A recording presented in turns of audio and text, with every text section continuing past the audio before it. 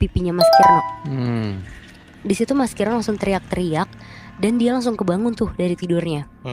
Pokoknya semua yang dia lihat barusan tuh untungnya cuma mimpi doang, tapi bener-bener kayak beneran tuh rasanya.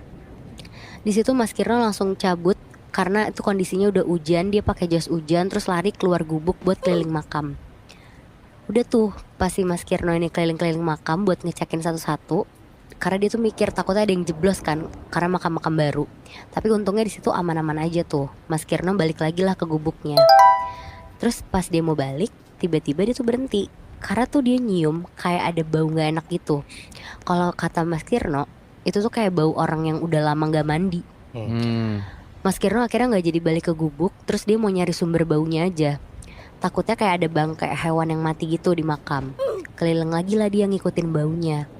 Ternyata pas dia cium lagi, arah baunya itu tuh ada di makamnya peteguh ini, makam baru itu. Dan yang bikin kagetnya, si Mas Kirno itu kan tadi udah ngelilingin pemakaman kan, gak ada yang kenapa-napa. Tapi si makamnya peteguh nih tanahnya kayak ambles gitu, turun gitu loh dari permukaan. Terus di sekitarnya tuh udah kayak full tenggelam gitu. Mau nggak mau di situ Mas Kirno langsung nyoba buat ngebuang atau ngurangin airnya kan. Takutnya malah makin dalam sampai bawah terus jadi ngerusak makamnya. Akhirnya sambil nutup hidung pakai kaosnya dia, Mas Kirno tuh nyoba buat ngebuang air ke tanah sebelahnya.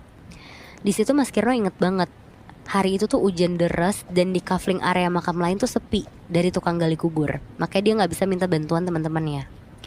Dan pas dia masih ngegali, bukannya malah dikit airnya, tapi airnya tuh sama, jumlahnya malah nggak berkurang sama sekali. Di situ satu badannya Mas Kirno tuh udah kotor sama tanah, dan tiba-tiba kenceng banget dari belakang tuh Mas Kirno kayak ngedenger ada suara bapak-bapak ngomong, Pakpung mas. ini tuh kayak kalau pakai bahasa Jawa tuh artinya mandi mas. Mas Kirno ngejawab tuh di situ pakai bahasa Indonesia, enggak pak, ini saya lagi.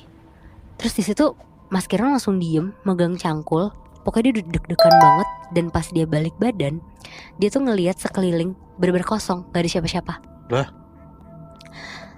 Di situ dia bener-bener merinding banget ketakutan. Dan pas dia ngelihat ke arah musola kecil yang ada di tengah pemakaman, di situ tuh tiba-tiba pintunya langsung kebuka kenceng kayak dar. Dan di atas meja pemandian jenazahnya, di situ Mas Kirno tuh ngelihat dari kejauhan kayak ada bapak-bapak tiduran sambil senyum gitu ke dia, kayak ngajak dia buat mampir. Pokoknya banyak banget kejadian-kejadian aneh setelah hari itu. Semuanya tuh bener-bener kayak berhubungan banget. Sama-sama kayak ngarahin ke tempat pemandian jenazah di tengah pemakaman itu, si musola itu. Sampai suatu hari ada